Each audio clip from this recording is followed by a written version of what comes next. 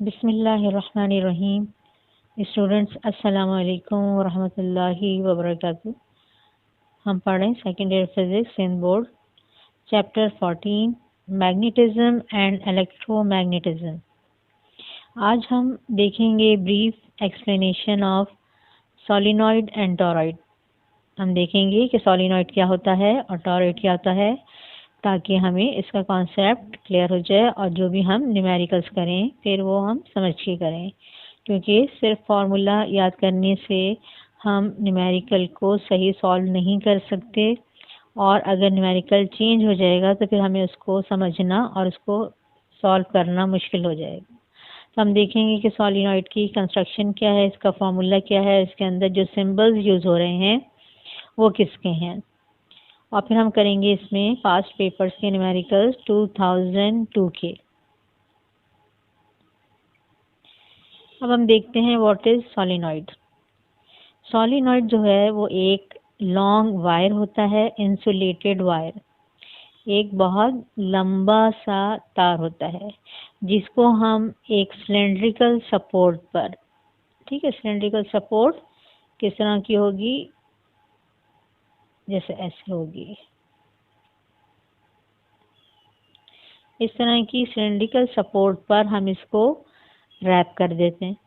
अब जब हम इसको सिलेंड्रिकल सपोर्ट पर रैप करते हैं तो ये किस तरह की शेप बन जाती है, ये इस तरह की स्प्रिंग फॉर्म की शेप आ जाती है, जिसे हम कहते हैं हेलिक्स बन गया ये, या एक हेलिकल, ठीक है, शेप बन जाती है ये। तो एक स्प्रिंग फॉर्म में जब हम वायर को रैप करते हैं तो ये बन जाता है सोलिनॉइड, ठीक है। अब ये सोलिनॉइड का क्या फ़ायदा है, हम वायर को इस सोलिनॉइड फॉर्म में क्यों लेके आ रहे हैं, ये हम देखते हैं। हमें ये पता है कि जब किसी वायर में से करंट फ्लो होता है तो उसके अराउंड एक मैग्नेटिक फील्ड प्रोड्यूस हो जाती है ये। तो यहाँ पर अब हमने देखा कि हमने इस सोलिनॉइड के जो टू एंड्स हैं, ठीक है, इसको हमने कनेक्ट कर दिया एक बैटरी से, ठीक है, इसको हमने कनेक्ट कर दिया एक बैटरी से। बैटरी का पॉजिटिव टर्मिनल ये है और नेगेटिव ये है। तो अब पॉजिटिव टर्मिनल ये है तो इसका मतलब है कि करंट यहाँ से, ठीक है, फ्लो करेगा, यानी कन्वेंशनल जो डायरेक्शन होगी करंट की वो होती है from positive to negative terminal of the battery. तो करंट यहाँ से फ्लो करता है, ठीक है, और फिर इस तरह से, ठीक है, करंट फ्लो करेगा और फिर यहाँ पर इस तरह से डायरेक्शन, ठीक है, ये कंप्लीट हो रही है, सर्किट कंप्लीट हो रहा है। तो यहाँ पर अब ये जो करंट फ्लो कर रहा है तो वायर के अराउंड एक मैग्नेटिक फील्ड जनरेट हो रही है, ठीक है। अब यहाँ पे देखें कि जब हम वायर को इस तरह से रैप करते हैं सोलिनॉइड फॉर्म में, ठीक है, एक कॉइल बन जाता है। तो इस कॉइल में, ठीक है, ये जो एक सर्कल ये कंप्लीट होता है इसको कहते हैं हम ये टर्न, ठीक है, यानी एक टर्न हो गई और फिर यहाँ से कंप्लीट होके ये सेकंड टर्न हो जाती है और फिर ये थर्ड टर्न होगी और फिर ये फोर्थ टर्न होगी। तो इस तरह से ये अगर आप काउंट करें 1 2 3 4 5, तो टोटल यहाँ पर 15 टर्न्स हैं। तो अब ये जो 15 टर्न्स हैं, ठीक है, हर टर्न के अराउंड एक मैग्नेटिक फील्ड प्रोड्यूस हो रही है, ठीक है। तो अब ये जब बहुत सारी टर्न्स होंगी और ये एक दूसरे के क्लोज होंगी तो इन सब की मैग्नेटिक फील्ड कंबाइन हो जाएगी और ऐड अप हो जाएगी, और ऐड होने से ये क्या होगी, ये और स्ट्रॉन्ग हो जाएगी और इंक्रीज हो जाएगी। तो ये फ़ायदा होता है हमें इस फॉर्म में वायर को रैप करने का या बाउंड करने का, कि हमें एक स्ट्रॉन्ग और यूनिफॉर्म मैग्नेटिक फील्ड मिलती है हमें। अब इसकी मैग्नेटिक फील्ड का जो शेप है जो हमें नज़र आ रहा है, सोलिनॉइड की जो मैग्नेटिक फील्ड है वो होती है just like bar magnet. Bar magnet में भी अगर आप देखें कि यहाँ पे अगर एक बार मैग्नेट रखा होता, ठीक है, और सपोज इसका यहाँ पे नॉर्थ पोल होता और यहाँ पे साउथ पोल होता, तो इसकी जब आप मैग्नेटिक फील्ड प्लॉट करते तो इसी तरह से ये शेप बनती है ये, ठीक है, ये एक बना है, ठीक है, यहाँ पे इस तरह से और भी आप देख सकते हैं कि यहाँ पे होगा ये, ठीक है। तो यहाँ पर इसकी जो मैग्नेटिक फील्ड है ये कैसी है, बार मैग्नेट की मैग्नेटिक फील्ड की तरह ही। अब यहाँ पर देखें कि एक अच्छा सोलिनॉइड क्या होता है कि जिसमें नंबर ऑफ टर्न ज़्यादा हो यानी उसकी लेंथ, ये जो लेंथ है यहाँ से लेके यहाँ तक, इसकी लेंथ ऑफ सोलिनॉइड ज़्यादा हो as compare to diameter of the turn. ठीक है, यानी अगर ये टर्न है एक, तो इसका जो ये इस यहाँ से आप समझ लें कि ये यहाँ से यहाँ तक ये वर्टिकल डिस्टेंस है, ये यहाँ से यहाँ तक ये डायमीटर है। ये तो डायमीटर स्मॉल होना चाहिए, लेंथ जो है ज़्यादा होनी चाहिए। ठीक है, तो एक अच्छा सोलिनॉइड बनता है, और अच्छा सोलिनॉइड का मतलब है कि इस सोलिनॉइड के अंदर, ठीक है, ये अंदर जो है एक स्ट्रॉन्ग और यूनिफॉर्म मैग्नेटिक फील्ड प्रोड्यूस होगी।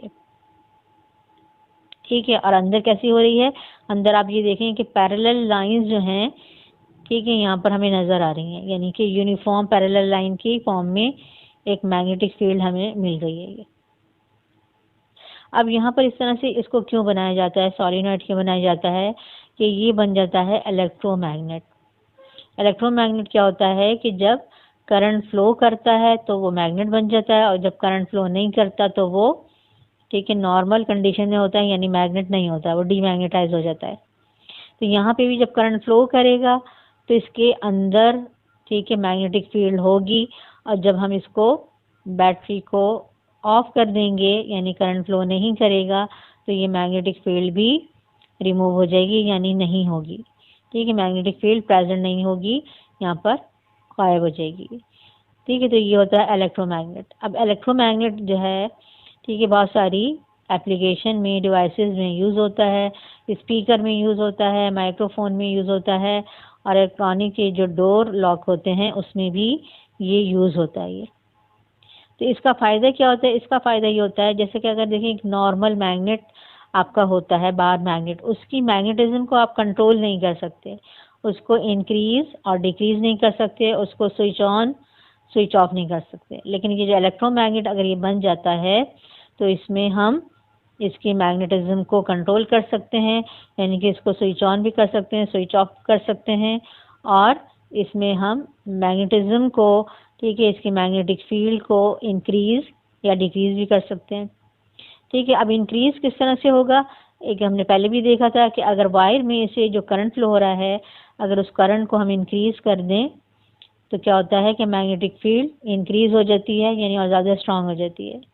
ठीक है, तो हम करंट इंक्रीज करने से भी मैग्नेटिक फील्ड को इंक्रीज कर सकते हैं, लेकिन इसमें करंट इंक्रीज करने में एक लिमिट है। ठीक है, हर वायर में से, ठीक है, एक लिमिट होती है, एक लिमिट में ही करंट फ्लो कर सकता है। अगर आप ज़्यादा करंट फ्लो करवाएंगे तो क्या होगा, वो वायर मेल्ट हो जाएगा, बर्न हो जाएगा, जल जाएगा। ज़्यादा करंट हम फ्लो नहीं करवा सकते, करंट की एक लिमिट होती है, उसके नीचे नीचे ही, ठीक है, हमें समझ लें करंट फ्लो करवाना होता है। तो अब सेकंड ऑप्शन क्या होता है हमारे पास, ठीक है, इंक्रीज करने का, वो होता है कि हम नंबर ऑफ टर्न जो है इंक्रीज करें। ठीक है, इसकी मैग्नेटिक फील्ड डिपेंड करती है नंबर ऑफ टर्न्स पर। जितनी ज़्यादा नंबर ऑफ टर्न्स होंगी, जितनी ज़्यादा, ठीक है, इसमें नंबर ऑफ टर्न्स होंगी, उतना ही ज़्यादा इसके टर्न्स के बीच में जो ये मैग्नेटिक फील्ड प्रोड्यूस हो रही है वो स्ट्रॉन्ग होगी। ठीक है, तो यहाँ पर हमने देखा कि स्ट्रॉन्ग मैग्नेटिक फील्ड किस तरह से प्रोड्यूस करते हैं। अब यहाँ पर ये मैंने कहा कि ये just like bar magnet magnetic field है, तो यहाँ पे हमें देखना पड़ेगा कि इसका कौन सी साइड जो है वो नॉर्थ पोल है और कौन सी साइड जो है इसके साउथ पोल है। तो हम पहले भी देख चुके हैं कि साउथ के लिए हम देखते हैं करंट की डायरेक्शन क्लॉकवाइज होनी चाहिए, और नॉर्थ के लिए करंट की डायरेक्शन एंटी क्लॉकवाइज होनी चाहिए।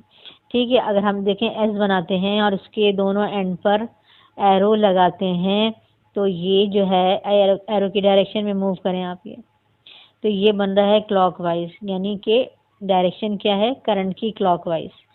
और यहाँ पे एन बनाते हैं और यहाँ पे एरो लगाते हैं, तो यहाँ पर एरो की डायरेक्शन में मूव करें तो ये है एंटी क्लॉकवाइज, यानी जिस एंड से हमें एंटी क्लॉकवाइज डायरेक्शन नज़र आएगी करंट की, वो एंड होगा नॉर्थ पोल, और जिस एंड से हमें क्लॉकवाइज डायरेक्शन नज़र आएगी करंट की, वो एंड होगा साउथ पोल।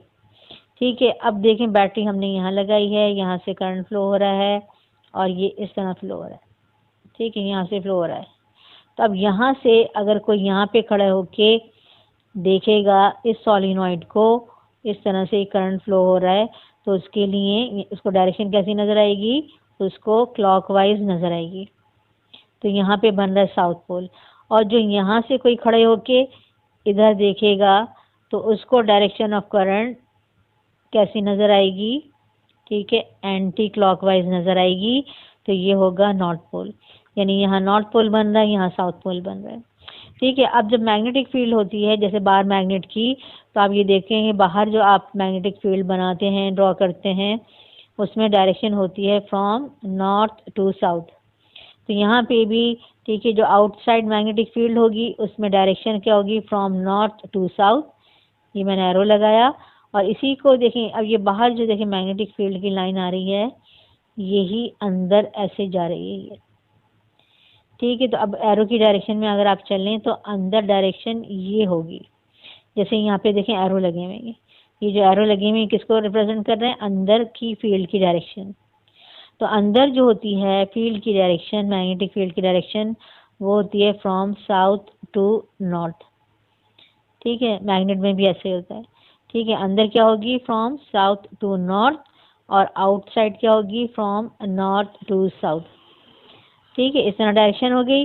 अंदर जो होती है मैग्नेटिक फील्ड यूनिफॉर्म होती है, अगर अच्छा सॉलिनॉइड है, ठीक है, उसकी लेंथ ज़्यादा है, नंबर ऑफ टर्न ज़्यादा है, ठीक है। तो उसमें क्या होगा, अंदर एक स्ट्रॉन्ग यूनिफॉर्म मैग्नेटिक फील्ड होगी, ठीक है। और अंदर हर पॉइंट पर, ठीक है, एक यूनिफॉर्म होगी, कहीं पे ज़्यादा कहीं पे कम नहीं होगी, ठीक है। हर पॉइंट पर सेम मैग्नेटिक फील्ड होगी। और बाहर जो मैग्नेटिक फील्ड होती है वो बहुत वीक होती है, तो इसको हम निगलेक्ट करते हैं, नेग्लिजिबल मानते हैं, और हम कहते हैं कि outside the solenoid magnetic field is zero. तो यहाँ पर जो फिर मैग्नेटिक फील्ड का फॉर्मूला होता है, मैग्नेटिक फ्लक्स डेंसिटी का जो फॉर्मूला होता है, वो होता है इनसाइड द सोलिनॉइड। सोलिनॉइड के अंदर हम मैग्नेटिक फील्ड मालूम कर रहे होते हैं। तो अब हम देखते हैं कि inside a solenoid the magnetic field is given bye, क्या फॉर्मूला होता है, ठीक है। डेरिवेशन हम नहीं कर रहे हैं, हम फॉर्मूला देखेंगे न्यूमेरिकल्स के लिए। तो ये है मैग्नेटिक फील्ड स्ट्रेंथ, या हम इसको कहते हैं मैग्नेटिक फील्ड डेंसिटी, या हम कहते हैं इसको मैग्नेटिक फील्ड ऑफ इंडक्शन, या हम इसको कहते हैं मैग्नेटिक फ्लक्स डेंसिटी, ठीक है। तो ये बी है, इसका फॉर्मूला होता है mu naught N I upon L. अब ये म्यू नॉट क्या होता है, म्यू नॉट होती है परमिएबिलिटी, ठीक है, ठीक है। परमिएबिलिटी क्या होती है, उस मीडियम की होती है जो कि, ठीक है, जो कि टर्न्स के अंदर है। अब अगर हमने ऐसा ये सोलिनॉइड बनाया है कि इस टर्न्स के अंदर कोई दूसरी चीज़ हमने नहीं रखी है, यानी इसके बीच में क्या है, एयर है ये, तो यहाँ पर अब मीडियम होगा, ठीक है, बिटवीन टर्न्स एयर। तो एयर के लिए फिर हमारे पास, ठीक है, यहाँ पे आएगा म्यू नॉट, ठीक है, परमिएबिलिटी ऑफ फ्री स्पेस या वैक्यूम या एयर, ठीक है, म्यू नॉट। और म्यू नॉट की वैल्यू हम देख चुके हैं 4 पाई एक्सपोनेंट -7। अब यहाँ पर देखिए म्यू नॉट है, अगर यहाँ पर हम किसी और, ठीक है, मैग्नेटिक मटेरियल, फेरोमैग्नेटिक मटेरियल के, ठीक है, ऊपर अगर हम रैप कर रहे होंगे इसको, ठीक है, हम इसको रैप करके सोलिनॉइड बनाएंगे, तो फिर उस अंदर जो हमने मटेरियल लिया है, ठीक है, उसकी परमिएबिलिटी आएगी। यहाँ पर फिर म्यू नॉट नहीं आएगा बल्कि म्यू आएगा। तो म्यू होगी परमिएबिलिटी ऑफ दैट मीडियम जो कि हमने इनसाइड द सोलिनॉइड प्लेस किया है। एन होंगी number of turns, total number of turns. I होगा, ठीक है, करंट, इसमें से, ठीक है, हर टर्न में से जो करंट फ्लो कर रहा है, ठीक है, वो होगा करंट। और ये है L, length of the solenoid, ठीक है। अब ये जो होता है एन अपॉन एल, जिसे हम कहते हैं number of turns per unit length, इसको हम स्मॉल एन से भी रिप्रेजेंट करते हैं, यानी जो स्मॉल एन है ये है number of turns per unit length. तो अगर हम इसके बजाय स्मॉल एन लिखें तो फॉर्मूला बन जाता है म्यू नॉट एन है।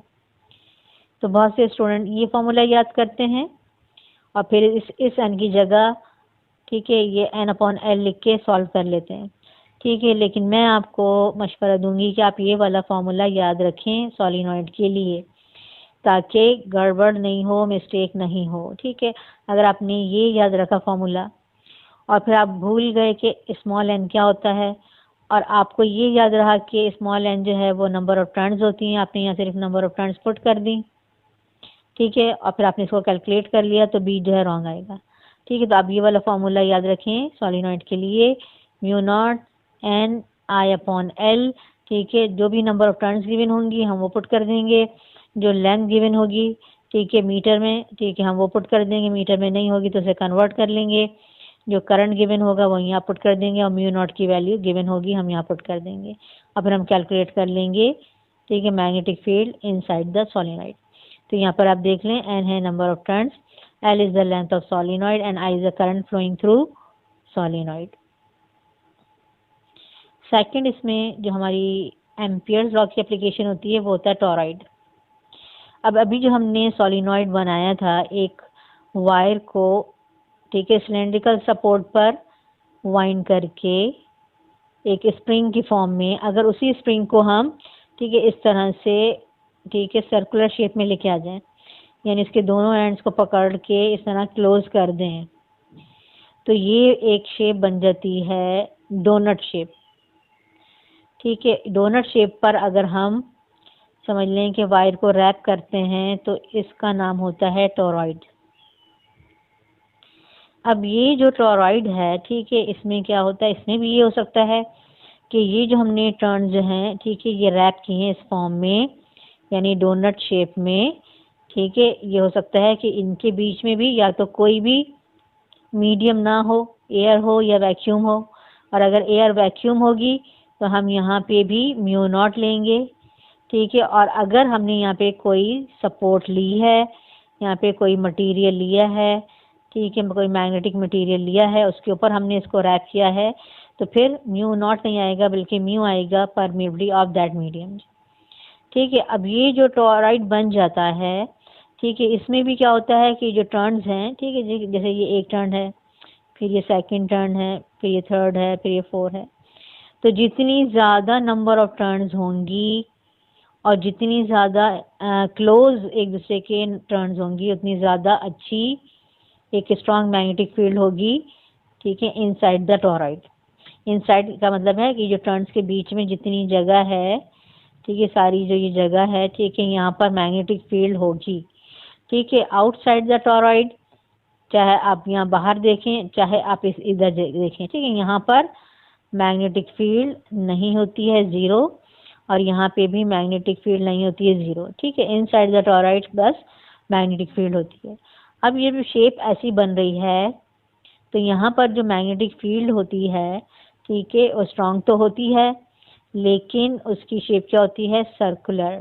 ठीक है, देखिए सर्कल बन रहा है। अब जब ये सर्कुलर मैग्नेटिक फील्ड होती है तो वो मैग्नेटिक फील्ड यानी बी वो डिपेंड करती है सर्कल के रेडियस पर, जिसको हम आर से डिनोट करते हैं, यानी इसके फॉर्मूले में आर आता है, और जब आर आता है तो इसका मतलब है कि इस टॉरॉइड के डिफरेंट पॉइंट्स पर मैग्नेटिक फील्ड डिफरेंट होगी। यानी अगर आप जो है यहाँ पे मालूम कर रहे हैं तो कुछ और मैग्नेटिक फील्ड होगी, यहाँ मालूम कर रहे हैं तो कुछ और होगी, और अगर यहाँ मालूम कर रहे हैं तो कुछ और मैग्नेटिक फील्ड होगी, क्योंकि अगर हम यहाँ पॉइंट जो ले रहे हैं और इससे हम सर्कल बनाएंगे तो उस सर्कल का, ठीक है, जो रेडियस है यानी सेंटर से लेके यहाँ तक वो कुछ और होगा, और अगर हम यहाँ मालूम कर रहे हैं तो इसका रेडियस कुछ और होगा। ठीक है, तो डिफरेंट पॉइंट्स पर अंदर डिफरेंट मैग्नेटिक फील्ड होती है। लेकिन अगर आपने एक सर्कल बना लिया है, उस सर्कल के एक पॉइंट पर आपने बी की वैल्यू कैलकुलेट की है, तो उस सर्कल के हर पॉइंट पर मैग्नेटिक फील्ड की वैल्यू जो है वो सेम होगी, क्योंकि हर पॉइंट पर क्या है, आर सेम है, ठीक है, नंबर ऑफ टर्न सेम है, करंट सेम है, इसलिए क्या होगा, बी जो है सेम होगा on every point of this circular magnetic field. तो यहाँ पर सर्कुलर शेप होती है मैग्नेटिक फील्ड की, और ये भी एक समझ लें बहुत क्लोज जो है लाइंस होती हैं, और एक स्ट्रॉन्ग मैग्नेटिक फील्ड होती है। इसका फॉर्मूला क्या होता है, इसका फॉर्मूला होता है, इसमें भी आउटसाइड द टॉरॉइड तो मैग्नेटिक फील्ड जीरो होती है, ठीक है, सिर्फ इनसाइड होती है, और उसका फॉर्मूला होता है mu naught N I upon 2 pi R. Mu naught permeability of free space, N number of turns I current through toroid, क्योंकि जो फ्लो कर रहा है स्पायर में से, और 2 is constant, pi is constant, ठीक है, R is radius of circle. जिस मैग्नेटिक फील्ड का जो आपने सर्कल बनाया है, ठीक है, उसका आप रेडियस यहाँ पर लेंगे। जिस पॉइंट पर आप कैलकुलेट करना चाह रहे हैं बी की वैल्यू, ठीक है, उस सर्कल का रेडियस क्या है। एन जो है नंबर ऑफ टर्न्स हैं, आई करंट है, R is the radius of circle of magnetic field, ठीक है। यानी कि एक तरह से ये सिमिलर फॉर्मूला है जस्ट लाइक सोलिनॉइड, उसमें भी देखेंगे ये था म्यू नॉट एन आई, और वहाँ पे नीचे लेंथ थी, और यहाँ पे लेंथ की जगह 2 पाई आर है, और 2 पाई आर जो है एक तरह से लेंथ को ही रिप्रेजेंट कर रहा है, क्योंकि ये सर्कल की लेंथ होती है, या हम इसको कहते हैं सर्कमफ्रेंस ऑफ द सर्कल, ठीक है। B is the magnetic field density. अब देखिए हम न्यूमेरिकल सॉल्व कर रहे हैं 2002 प्री मेडिकल का क्वेश्चन है। A long solenoid is wound with 10 turns per centimeter and carries a current of 10 amperes. Find the magnetic flux density within it, mu naught 4 pi exponent minus 7 Weber per ampere meter. ठीक है, एक long solenoid है, इसकी हमें length नहीं बताई है कि कितना इसकी टोटल लेंथ है और कितनी इसकी टोटल नंबर ऑफ टर्न्स है, ठीक है। लेकिन हमें ये बताया है कि इस लॉन्ग सोलिनॉइड के 1 सेंटीमीटर लेंथ में 10 टर्न्स आ रही हैं, ठीक है। अब ये पूरा लॉन्ग सोलिनॉइड जो है, ठीक है, 10 सेंटीमीटर का, 20 सेंटीमीटर का, 1 मीटर का, जितना बड़ा भी ये है हो सकता है ये, ठीक है। अब तो यानी कि कहाँ पर यूज़ हो रहा है, क्या उसकी एप्लीकेशन है, ये हमें ये बताया है कि 1 सेंटीमीटर में कितनी टर्न्स हैं, 10 टर्न्स, ठीक है। तो अब वैसे तो हम सोलिनॉइड में क्या करते हैं, हम रिप्रेजेंट करते हैं capital N total number of turns के लिए और L total length of solenoid के लिए, ठीक है। लेकिन यहाँ पर अब क्योंकि टोटल नंबर ऑफ टर्न्स या टोटल लेंथ नहीं गिवन है, तो यहाँ पर हम अब जितनी भी टर्न्स ली हुई हैं, ठीक है, ये हमारी होंगी कैपिटल एन, और ये होगा हमारा लेंथ ऑफ सोलिनॉइड, यानी इतने में इतनी टर्न्स आ रही हैं। कितना करंट फ्लो कर रहा है इसमें सोलिनॉइड में, 10 एम्पियर, ये होगा आई। फाइंड मैग्नेटिक फील्ड, ठीक है, फ्लक्स डेंसिटी भी हमें कैलकुलेट करना है विद इन इट, ठीक है। एन 10 टर्न्स और एल 1 सेंटीमीटर, सेंटीमीटर को हम मीटर में कन्वर्ट करेंगे, 100 से डिवाइड करेंगे, आएगा 0.01 मीटर, ठीक है। करंट है 10 एम्पियर। कैलकुलेट हमें क्या करना है, ठीक है, बी कैलकुलेट करना है, म्यू नॉट की वैल्यू जो हमें गिवन है। तो हमने फॉर्मूला भी देखा कि magnetic flux density inside the solenoid is given by B is equal to mu naught N I upon L, ठीक है। तो यहाँ पर म्यू नॉट की पहले वैल्यू पुट की, फिर एन जितनी भी टर्न्स गिवन है, ठीक है, आई करंट और लेंथ को हमने मीटर में कन्वर्ट करके यहाँ पुट किया, ठीक है। हम पहले इनको सबको मल्टीप्लाई कर लेंगे, ठीक है, जो आंसर आएगा उसको डिवाइड करेंगे इससे, आंसर आएगा हमारे पास 0.012568। बी का यूनिट क्या होता है, टेस्ला या वेबर पर मीटर स्क्वायर, तो दोनों में से चाहे आप कुछ भी लिखें। यहाँ पे ये स्मॉल नंबर है तो मैंने पॉइंट के बाद सारे डिजिट्स लिख दिए हैं, आप चाहें तो इसको यहाँ तक राउंड ऑफ कर सकते हैं, ठीक है। यानी कि पॉइंट के बाद कितने हो जाएंगे, 5 डिजिट्स तक, यहाँ तक आप इसको राउंड ऑफ कर लें। तो फिर अगर आप राउंड ऑफ करके लिखेंगे तो फिर यहाँ पे आप 6 के बजाय 7 लिखेंगे, यानी अगर आप 8 लिखना नहीं चाह रहे हैं तो फिर आप आंसर क्या लिखेंगे, 0.01257, ठीक है। ये एक राउंडेड ऑफ आंसर होगा, ये भी हम लिख सकते हैं, वरना आप ये पूरा आंसर लिख दें, ठीक है। ये हमारा बी का आंसर आ गया। नेक्स्ट न्यूमेरिकल है 2002 प्री इंजीनियरिंग का। An EMF of 45 millivolt is induced in a coil of 500 turns. एक कॉइल है जिसमें कितनी नंबर ऑफ टर्न्स हैं, 500 टर्न्स हैं, उसमें EMF इंड्यूस हो रहा है 45 मिलीवोल्ट, मिली क्या है 10⁻⁻3, ठीक है, इतना वोल्ट जो है इतना वोल्टेज इंड्यूस हो रहा है, ठीक है, इस कॉइल में। जहाँ पर भी ईएमएफ इंड्यूस होता है, ठीक है, वो फिनोमिना होता है हमारा इलेक्ट्रोमैग्नेटिक इंडक्शन। अब इलेक्ट्रोमैग्नेटिक इंडक्शन में दो होते हैं, या तो होता है सेल्फ इंडक्शन और या होता है म्यूचुअल इंडक्शन। अगर एक कॉइल है तो वहाँ पर जो फिनोमिना होगा वो होगा सेल्फ इंडक्शन का, और अगर दो कॉइल्स हैं तो वहाँ पे होगा म्यूचुअल इंडक्शन का। तो यहाँ पर अब देखें, पहले अभी एक कॉइल की बात की इन्होंने, और उसके बाद बता रहे हैं कि when the current in a neighbouring coil changes from 10 ampere to 14 ampere in 0.2 second, ठीक है, यानी इस कॉइल में जिसकी 500 टर्न्स हैं, इसके करीब बिल्कुल क्लोज, उसके नेबरिंग में, ठीक है, करीब में एक दूसरा कॉइल है जिसमें करंट चेंज हुआ, ठीक है, कितना, 10 एम्पियर से 14 एम्पियर, कितने टाइम में, 0.2 सेकेंड में, ठीक है। अब हमें पता है कि ईएमएफ कब इंड्यूस होता है, जब मैग्नेटिक फील्ड चेंज होती है, ठीक है। अब यहाँ पर कैसे मैग्नेटिक फील्ड चेंज हो रही है कि ये जो कॉइल है इसमें करंट चेंज हुआ है। हमें पता है कि जब कॉइल में से करंट पास होता है तो उसके अराउंड एक मैग्नेटिक फील्ड प्रोड्यूस होती है। अगर करंट इंक्रीज कर रहे हैं तो मैग्नेटिक फील्ड इंक्रीज हो रही है, करंट डिक्रीज कर रहे हैं तो मैग्नेटिक फील्ड डिक्रीज हो रही है। तो यहाँ करंट इंक्रीज हुआ है तो मैग्नेटिक फील्ड भी इंक्रीज हो गई, यानी मैग्नेटिक फील्ड चेंज हुई। उस मैग्नेटिक फील्ड के चेंज होने से, ठीक है, इंड्यूस ईएमएफ, यानी एक ईएमएफ इंड्यूस हो गया है, ठीक है, बराबर वाले कॉइल में जिसकी 500 टर्न्स हैं। यानी यहाँ पे दो कॉइल हैं, एक में करंट चेंज हो रहा है और उसके दूसरे कॉइल में ईएमएफ इंड्यूस हो रहा है। तो जब दो कॉइल की बात हो गई तो यहाँ पे कौन सा प्रोसेस हो रहा है, म्यूचुअल इंडक्शन का।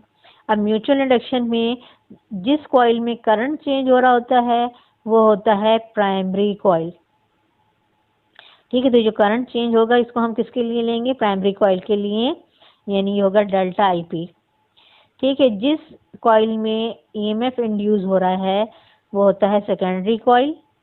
तो ये जो इंड्यूस ईएमएफ है ये सेकेंडरी कॉइल का है, इसको हम एप्सिलॉन या हम ई भी लिख सकते हैं, ठीक है, एस ई एस या एप्सिलॉन एस से डिनोट करेंगे secondary coil, S for secondary coil, ठीक है। और ये जो नंबर ऑफ टर्न्स हैं ये भी किसकी हैं, ये सेकेंडरी कॉइल की नंबर ऑफ टर्न्स है। हमें कैलकुलेट करना है what is the mutual inductance of the coils, यानी कैपिटल एम कैलकुलेट करना है, and what is the rate of change of flux in the secondary coil, second coil, ये हमें कैलकुलेट करना है। Rate of change of flux यानी कि delta phi upon delta T हमें कैलकुलेट करना है। अब डाटा देखें कि हमें सेकेंडरी कॉइल का इंड्यूस ईएमएफ दिया हुआ है, इसको हम डिनोट करेंगे इससे, ठीक है, epsilon S, S for secondary, ठीक है। 45 मिली वोल्ट, मिली को हमने कन्वर्ट कर लिया, क्या पावर होती है, 10⁻⁻3, 45 मिली वोल्ट, ठीक है, ये हमने कन्वर्जन कर ली। आगे क्या है, नंबर ऑफ टर्न्स, ठीक है, सेकेंडरी कॉइल की, N S for secondary coil, ठीक है, 500 टर्न्स। करंट चेंज हो रहा है प्राइमरी कॉइल में, पी फॉर प्राइमरी, ठीक है, डेल्टा फॉर चेंज, ठीक है, change in current for primary coil 14-10, ठीक है। यानी कि आप बजाय ये कि हम लिखेंगे ये इनिशियल करंट है, ये फाइनल करंट है, और फिर फाइनल माइनस इनिशियल, ये हमें करने की जरूरत नहीं है, डायरेक्ट हम इसको सब्ट्रैक्ट करेंगे, हमारे पास आ जाएगा चेंज इन करंट, ठीक है। तो ये delta I P 14 - 10 is equal to 4 ampere current change हो रहा है। कितने टाइम में चेंज हो रहा है, टाइम इंटरवल है 0.2 सेकेंड, इसको हम डेल्टा टी से रिप्रेजेंट करते हैं।